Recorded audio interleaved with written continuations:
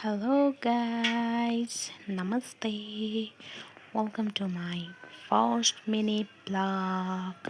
अनि आज हामी जाँदैछौँ बेनी.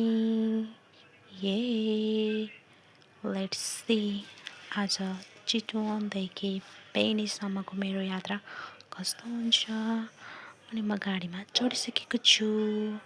अनि हामी घुम्दै घुम्दै आइपुग्यौँ टिकली जङ्गल.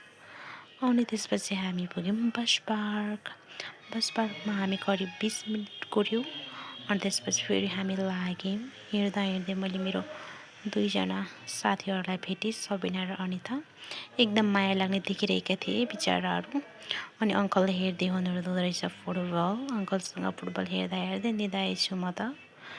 निदाएर उठ्दाखेरि हामी पुगेका रहेछौँ खाजा खाने ठाउँमा. अनि खाँदैछु म चटपटे एकदम मिठो थियो.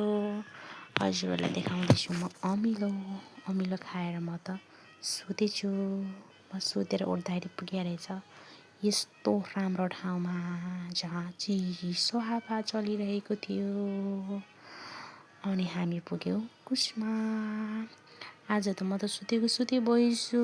पोखरा कटेको पनि थाहा पाइनँ, मुग्लेन कटेको पनि थाहा पाइनँ. अनि हामी छिर्यौँ बेनी. आइपुग्न लागिसकेको छ बेनीको मल्ला चोक. अनि बस पार्कमा मलाई लिन आउनुभएको थियो मेरो मामाले ओसार्दै हुनुहुन्छ सामान.